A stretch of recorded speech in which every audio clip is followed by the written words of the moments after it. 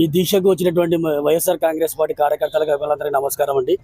ఈ నిన్న మొన్న జరిగినటువంటి పేపర్లో వచ్చినటువంటి వార్తలు చాలా బాధాకరం.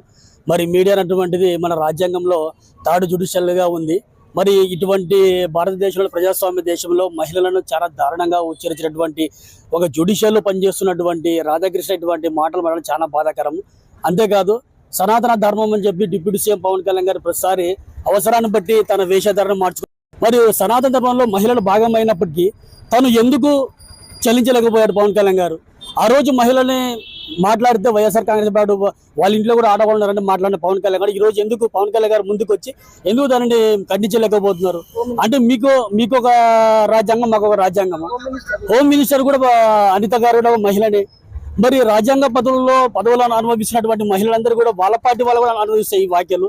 కాబట్టి ఈ వ్యాఖ్యలు తక్షణమే రాధాకృష్ణ వారు వెనక్కి తీసుకోవాలని, అలాగే రాష్ట్రంలోని దేశంలోని ప్రతి మహిళలకు ఈ వ్యాఖ్యలు అంటకుండా తాను క్షమాపణ చెప్పాలని, అలాగే బిఆర్ నాయుడు గారు కూడా వెంటనే టీటీడీ చైర్మన్ తొలగించి చంద్రబాబు నాయుడు గారు అయితేనేమి డిప్యూటీ సీఎం పవన్ కళ్యాణ్ గారు వాళ్ళ తప్పులు తెలుసుకొని వెంటనే క్షమాపణ చెప్పాలని మహిళలకు మేము వైఎస్ఆర్ కాంగ్రెస్ పార్టీ